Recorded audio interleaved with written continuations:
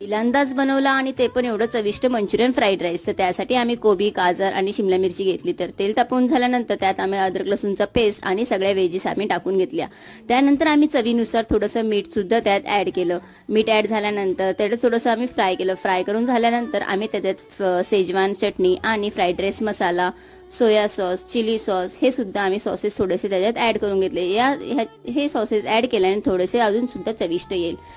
त्यानंतर हे सगळं आम्ही 2-3 मिनिटं पातरून घेतलं आणि कोरडा भात झालेला ते आम्ही थोडंसं थंड होण्यासाठी सुटसुटीत करून ठेवलेलं ते आम्ही ह्या भाज्यामध्ये मिक्स करून घेऊ. तर तुम्ही सुद्धा बघू शकता फ्राईड राईस दिसायला एवढं सुंदर झालं असेल तर खायला किती टेस्टी असेल. त्यानंतर तुम्ही कालच्या व्हिडिओमध्ये मंचुरियनवाला रेसिपी बघितला असाल तर माझ्या चॅनलमध्ये जाऊन मंचुरियनवाला रेसिपी नक्की बघा, कारण ते सुद्धा आम्ही यात मंचुरियन थोडेसे ॲड केले. खूप चविष्ट म्हणजे खूपच चविष्ट होतं. तुम्हाला हा व्हिडिओ कसा वाटला? व्हिडिओला लाईक आणि चॅनलला सबस्क्राईब नक्की करा. अशाच रेसिपी घेऊन येईल मी आपल्या पुढच्या व्हिडिओमध्ये. Bye bye.